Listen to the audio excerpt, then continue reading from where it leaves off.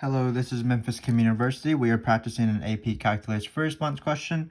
Couldn't decide what difficulty to make this. I finally made it difficulty number 7. This is table free response question. So we are now in the latter half of our table free response questions as we go from practice questions that are level difficulty number 1 all the way up through difficulty 10. So there might be a little bit of strange questions in here, but shouldn't be too bad.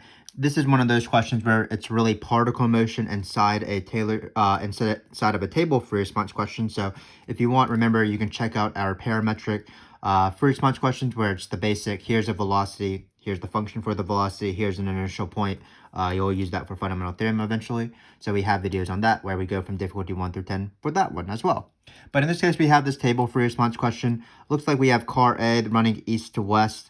So just think of it as a number line basically, because we have the origin. There's one intersection on this road called the origin. Car's A velocity is measured by in meters per minute, and it is given by V of A, and that's V of A, of course, is in this table. So let's get started. So the first question isn't too bad. The first question is just using correct units, find the average acceleration of car A over the time interval t equals 8 to t equals 14.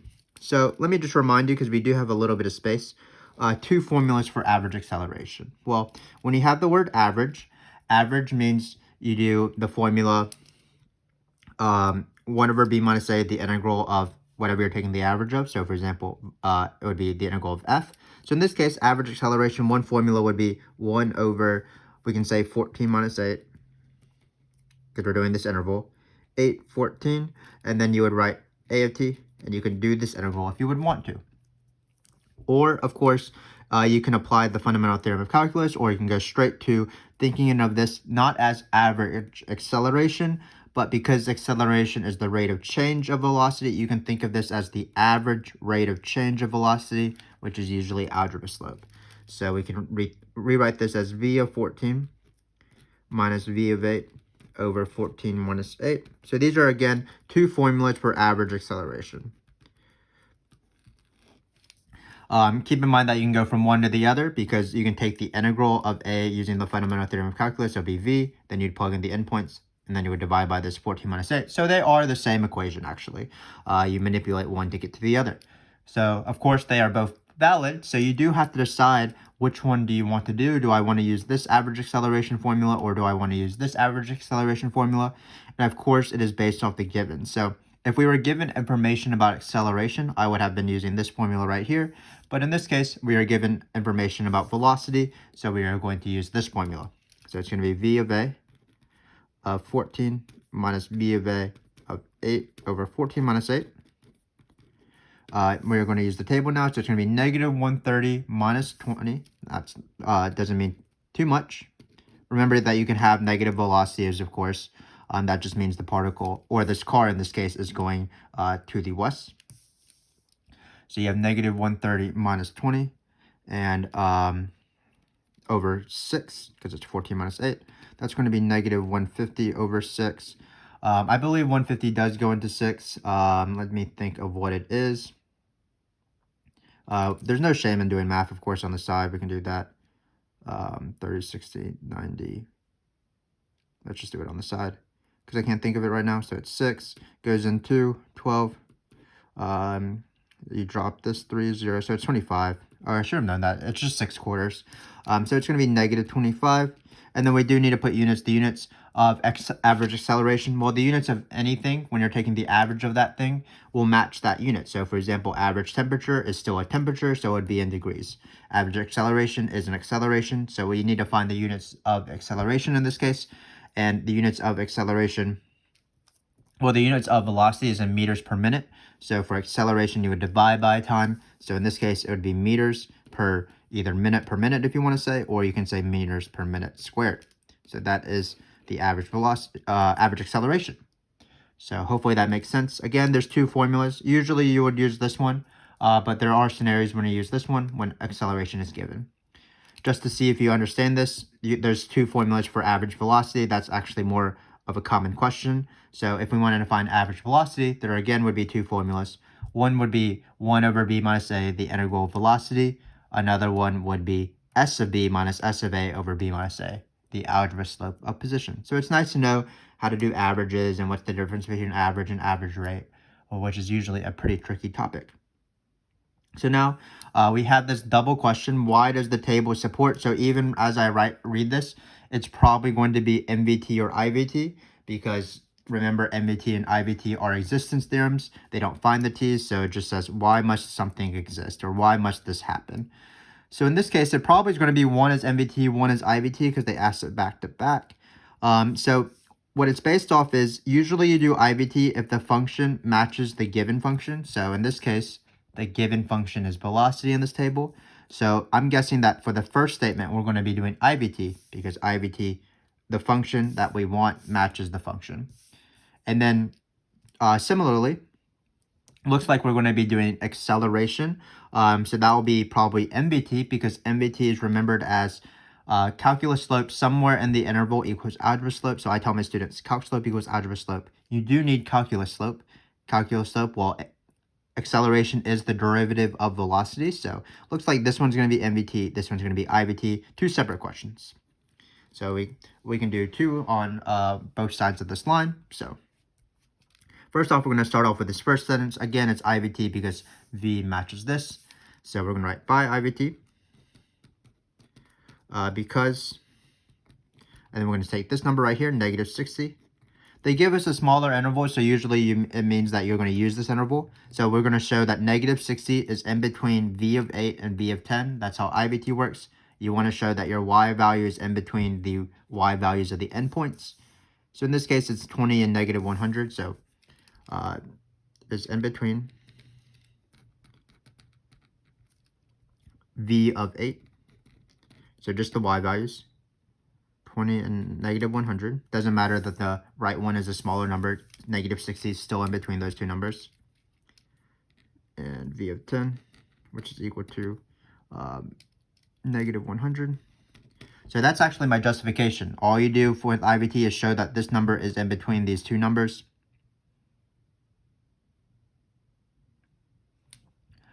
Which is great. And then we would just conclude the sentence. So I like to just repeat this, what they say. So because blah, blah, blah, blah, blah, blah, there is a time t in this interval where V of t equals negative 60. So that is the IVT sentence. Again, IVT is pretty simple. Just show that the desired want value or the Y value in the question is in between the Y values of the endpoints. MVT is not too bad as well. Again, the phrase to remember for MVT is that somewhere calculus slope will equal algebra slope. We have videos on IVT or MVT if you want to watch those separately, but in this case, it's a pretty standard MVT question. What we want to do is we want to write negative 60 and hope that it's the algebra slope on this function right here. And the algebra slope will be on V, because V prime is equal to A. So we're going to write V of A 10 minus V of A 8 over 10 minus 8. And remember that for MVT, it's not some sort of in-betweenness. You need it to be exactly negative 60. So right now, I am hoping and praying that we get negative 60 exactly. So remember, this is negative 120 minus 20, negative 100 minus 20 over 2. And it looks like we do get that because we get negative 120 over 2, which is negative 60. So then we're going to say a similar sentence, there is a t such that A of A, now, the acceleration of car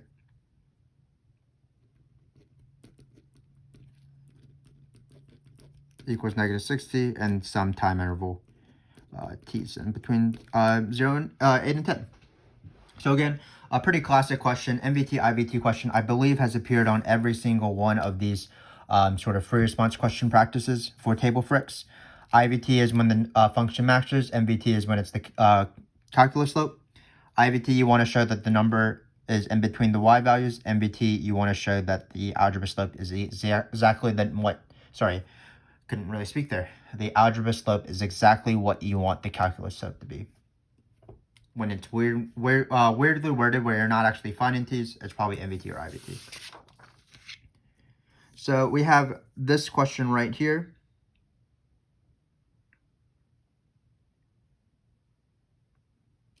So We have at time t was 3, car A's position is 50 meters west of the intersection.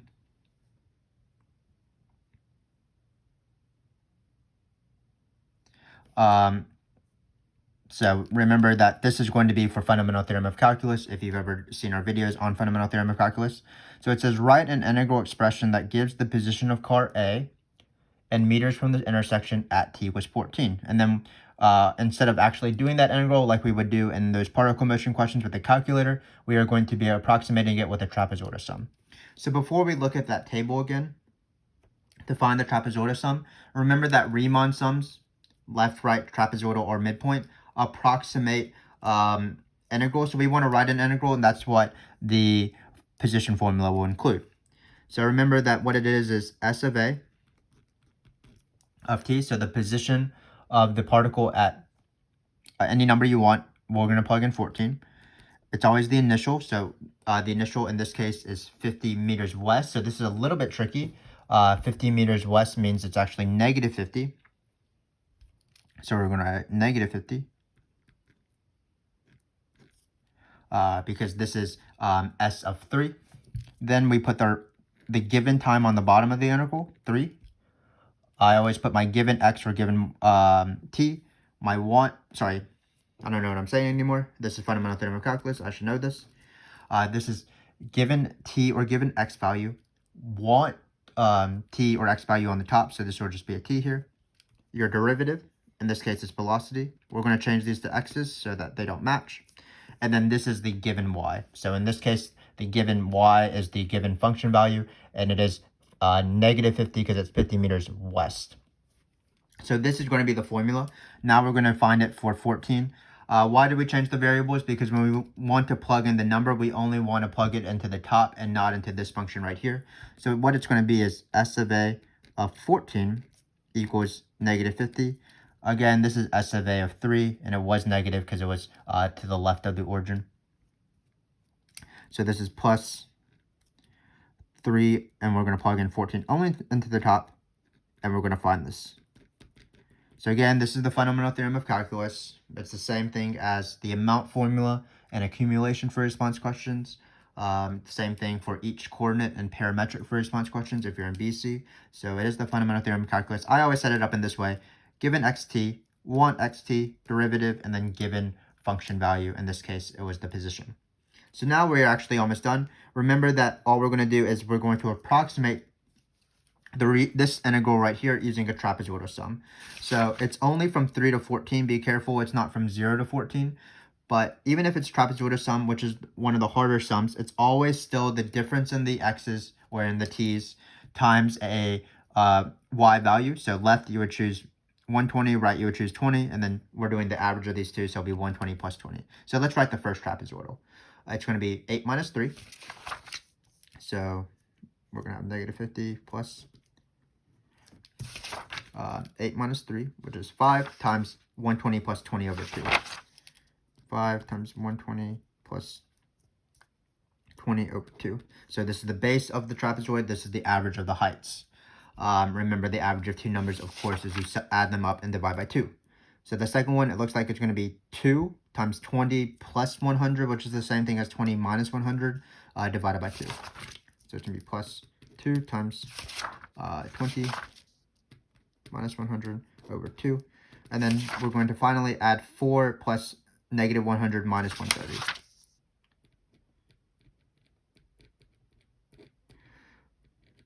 Just for your own benefit, your own edification, I am going to verbally say what would the Riemann sum be if you were doing a left, for example, from 3 to 14. Well, it would still be the difference in the x's or the t's, so it's 5 times 120, 2 times 20, 4 times negative 100. Again, I would be always choosing the y value of the left endpoint. But in this case, there was trapezoidal, so it does have these fractions. So let's try to solve this. So I'm going to write over here in this box right here. So looks like in these brackets, you're going to have, 120 plus 20 is 140, I believe. 120 plus 20 is 140.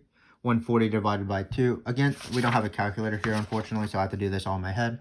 140 divided by 2 is 70. 70 times 5 is 350. That's great. Now this one looks a little easier. These 2's will cancel, so it's just going to be negative 80. And then these 2's cancel as well, and then there'll be a 2 here. So it'll be negative 100 minus 130. That's negative 230 times 2, because the 4 and the 2 canceled. That would be, so you have negative 100 minus 130. That's negative 230, so it'd be negative 460. And we still have negative 50 in the front. So let's simplify this. So it looks like it's going to be 5 plus 8, which is 13. 13 plus 46, which is 59. 59 minus 350, or 59 minus 35 is 24, I believe. So all of this is going to be negative 240. And again, we can have a negative value because all it means is that it's just to the west. It's 240, excuse me, it's 240 meters west of the origin. So again, this is the key question in this on this free response question. It is the Riemann sum. We were doing trapezoidal. The big thing is that we use fundamental theorem of calculus to set up the thing we were going to approximate. The trapezoidal sum, be careful, only deals with the integral. It only is the approximation of the integral. We did a trapezoidal sum like normal. We didn't include this column because we were only going from 3 to 14. Just keep in mind, sometimes you don't do every single column of the table. You need to do the columns that are only within this interval. Trapezoidal sum is always the difference in the x's times the average of the two y values on the endpoint. So it's going to be 5 times the average of these two numbers, 2 times the average of these two numbers, 4 times the average of these two numbers. So we found that, we multiplied it out, we added. This is what I'm really stressing on these free response questions, that a lot of times the trapezoidal sum, the Riemann sum, isn't the answer. So in this case, we had to add negative 50 because that was required by the fundamental theorem of calculus. Remember that the trapezoidal sum was only this integral right here. So this often happens. It says find the Riemann sum, but then you do something with the Riemann sum. You don't want to leave the Riemann sum as your answer. So what I say to my students is that sometimes the Riemann sum is not the answer. You have to do one additional step. In this case, we had to add negative 50. For example, if we had divided by 11 for the trapezoidal sum, we would have approximated average. So that might require to divide and stuff like that. So again, just be careful in these Riemann sums. There's often two parts to the question, and you do want to do both parts. And this one is a great one because it's fundamental theorem of calculus. So not too bad, not too bad. So now we are adding our second car B. So looks like we should draw our picture. So this is going to be a related rate question because this is how related rates work. You have some sort of scenario with time, and then you want to find some sort of rate of change. So that's why it's called related rates. So car B is traveling north towards the intersection. So notice it's going to be right here. And its position at t equals 3. We're not going to plot t equals 3, obviously, because t equals 3 is a time. You can't see time on a road. We're plotting this, though. So it's 200 meters south of the intersection. So it's going to be this distance right here is 200 at our certain time. And also, it is going 50 meters per minute. So we can write 50 meters per minute. I think this is very slow for a car, but whatever. And then car A was given, the information was t equals 3. So the position was 50 meters west of the intersection. So in this case, it was right here. This is 50 meters. This is not drawn to scale, obviously. So this is my car A, this is my car B. Because obviously 200 should be longer than 50, but whatever. And we also need the velocity of car A, but that was given in the table. Velocity of car A is 120. So it's going to this way right here.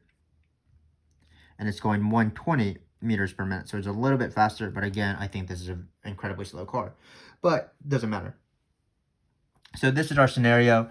This is related rates. So oftentimes in related rates, when you have this sort of right triangle business, you're going to be using the Pythagorean theorem. So remember how related rates works, are that you come up with an equation, then you take the derivative. Keep in mind that the derivative will require implicit differentiation. So let's do this right now. So I'm going to call this side A, I'm going to call this side B, and then I'm going to call the distance between them C. So we're going to write A squared plus B squared is equal to C squared. Again, related rates, a lot of times with these triangles, if you have lengths of the triangles, you're going to be doing the Pythagorean theorem. If you had angles, you'd be using SOHCAHTOA. And if you had area questions, it'd be 1/2 base times side. So related rate questions do confuse some of my students because there's a lot of variation when you have triangles. But in this case, it's going to be lengths of a right triangle, so it is going to be base times height divided by 2. Not base times height divided by 2. I don't know what I'm saying anymore. A squared plus B squared equals C squared. So let's start taking the derivative before I forget how to do this. So remember, the key is that the derivative isn't just 2a, it's actually 2a times dA dt. Just like the derivative of y squared usually is 2y times y prime. That's the chain rule. Y is a function of x in that case, so that's why you have to multiply by the derivative of the inside function, y. In this case, a is a function of t, so we have to multiply by the derivative of the inside function, which is dA dt. Similarly, the derivative of b squared is 2b db dt, and the derivative of c squared is 2c dc dt. So this is going to be our equation. So first step was find the function. Second step was take the derivative using implicit differentiation when necessary. So next, all we're going to do is we're going to look for the one we want. In this case, it's this guy right here. Then we are going to start plugging in everything as much as possible. So let's look at this. A is going to be 50. So it's going to be 50 there because it's 50. This length right here is 50. Let's plug in B. B was 200. So what I would be very, very careful with is plugging in this velocity. So keep in mind that this is not the same. It won't have the same sign as velocity. So what velocity means in this case is that it's just moving east. So at t equals 10, it would be moving west. But in this picture, you need to be careful of what dA dt is. dA dt isn't actually going to be strictly the velocity. It's going to be the representation of this side length, this length right here, and what it represents. So in this case, because this distance is getting smaller, we actually don't want to put 120. We actually want to put negative 120. Again, this side length is represented, A represents the side length. And for related rate questions, what you want to be careful with is when you have derivatives, when you're plugging in something where the quantity it represents is getting smaller, that rate's going to be a negative because the quantity is decreasing. So in this case, because A is going towards the intersection, its rate will be negative 120. Its velocity is 120 because it's going to the right, but its rate, when compared to the intersection, is going to be negative 120 because its distance is getting smaller. For example, if it was on the other side of the origin already, if it was like over here, for example, then the rate would be 120 because it would be getting farther and farther away from the origin. So hopefully that made a little bit of sense. You got to be very careful in these related rate questions when you have derivatives that potentially might be negative. For example, the same would also hold for car B, because car B is going up and it's starting out south of the origin. The distance it represents is getting smaller, so the car is going this way. So when we plug in 50, we're not actually going to plug in 50. We're actually going to plug in negative 50. It's very, very tricky business here, because in related rates, derivatives represent a certain quantity. If the quantity is increasing or getting bigger, that rate will be positive. If the quantity is not changing at all, that rate will be negative 0. And if the quantity is getting smaller or decreasing, in this case, both of these are going towards the intersection, which means that the rate of change will be getting smaller. Then, or not the rate of change, but the distance it represents is getting smaller. Both of these rates are negative. So that's my my sort of rant on be careful with derivatives and related rates. Derivatives will be the rates, and you need to make sure that they're either 0, positive, or negative based off the thing they represent in this scenario. Finally, we have one last variable to solve for, but remember that when you have one last variable to solve for, oftentimes you use the original function. I wish I had a nice Pythagorean triple here, but I don't have that. So what we're going to do is we're going to write 50 squared plus 200 squared is equal to c squared. So again, this is how it always works. You have your function, You take your derivative with implicit differentiation. You start plugging in stuff. If needed, derivatives are negative. But once you have this function right here, you usually have one less variable to plug in that's not a given. And in this case, it's C, and you always use the original. So in this case, looks like we're going to get C is equal to, I don't know if I really want to do this. 200 is 4,000. 200 squared is 4,000, I believe. Sorry, 40,000, because it would be 2 zeros. Because every time you multiply by 100, you add 2 zeros. And then 50 squared would be 2,500. Because you're adding 2 zeros. So C is equal to this annoying number, 4250. I'm not going to simplify that, even though it probably can be simplified a little bit. So we have 2 times this weird number, 42500. Again, it's just Pythagorean theorem. And then we can probably simplify a little bit of this, actually, before we solve. So we're going to cancel out a 2 out of everywhere. That's nice. And then we're just going to combine these. So looks like we're going to get negative 120 times 50.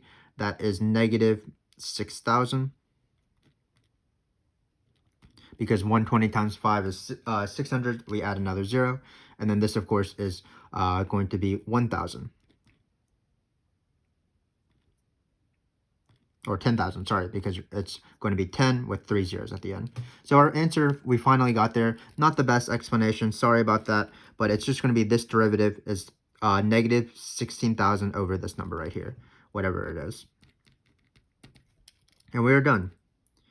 I did talk a lot. Hopefully it made sense about my negative rate argument. I'm going to go over this entire first month's question again, just as a quick review, and then we are good to go. So this particle motion question was nested, of course, in a table for first month's question. The first question was average acceleration. We have 2 formulas for average acceleration. We used the algebra slope one because we were given velocity, the units being the acceleration units. Then we had 2 IVT questions, but they were pretty standard. We used this. Because V of A was given, we use IVT for this Y, and because acceleration is the derivative of velocity, we use MVT. So IVT says your Y values in between other Y values. MVT says your calculus slope equal to your algebra slope somewhere. For the this part, what we had to do is we had to set up the fundamental theorem of calculus in order to find the position. The position is negative 50 because it's 50 meters to the west of the origin. And then when we have this question right here, we did a trapezoidal sum. Difference in the x's times the average of the y values. Difference in the t's times the average of the velocity values in this case. That was only the integral though, so we did have to add negative 50 at the end. So keeping in mind that sometimes in the Riemann Sum questions, you do one additional step. In this case, it was adding the initial. Finally, we had this weird related rate question where there was a very big issue on negatives. But what we did is we first found the function. It was a triangle question, a right triangle question, so we used the Pythagorean theorem. Then we took the derivative with related rates, meaning implicit differentiation. So every derivative needed to be multiplied when we did the inside function by the chain rule. So the derivative of a squared wasn't just 2a, it was 2a dt. Then we found which one we wanted to do, so we started plugging in things as much as possible. We plugged in links for A and B, and then we needed to plug in rates for this and this, but we kept in mind that the rates are dependent on whether things are getting smaller or bigger. If things are getting smaller, which was the case in both of these because they're going towards the intersection, that means their rates are, in this question, are considered negative. So that's why we put negatives here. Everything else is pretty simple. Even if it wasn't a nice Pythagorean triple, unfortunately, we could find our last variable we needed using the original Pythagorean theorem. And then we just solve for dc dt. So hopefully this made sense. Remember that we have videos on all of these sort of concepts. We have videos on average value, which includes average velocity and average acceleration. We have videos on IVT, MVT if you want to check those out. We have videos on Riemann sums. And of course, we have videos on related rates. And in those videos, you'll see similar questions where you have to be careful with the parity or the sign of certain rates. But hopefully this wasn't too bad. This has been a bit longer of a video for table free response questions, but we saw that it did get a little bit harder. So hopefully you'll see that as we hit difficulty 6, this is the latter half of our series on table free response questions. We are doing more challenging free response questions. So hopefully you'll keep watching this series, watching our channel. We do appreciate it as we do harder videos, 7, 8, 9, 10. And you'll see that those videos are great to do because, again, table free response questions often come on the AP exam. I think they have been on the AP exam every single year that I can remember. So if you practice the more challenging ones, which is what we're trying to do here after we go, including this video and onwards, 7, 8, 9, and 10, then you'll be more ready and you'll be more confident as you take the AP exam. But until then, thanks again for watching, and I will hopefully see you soon.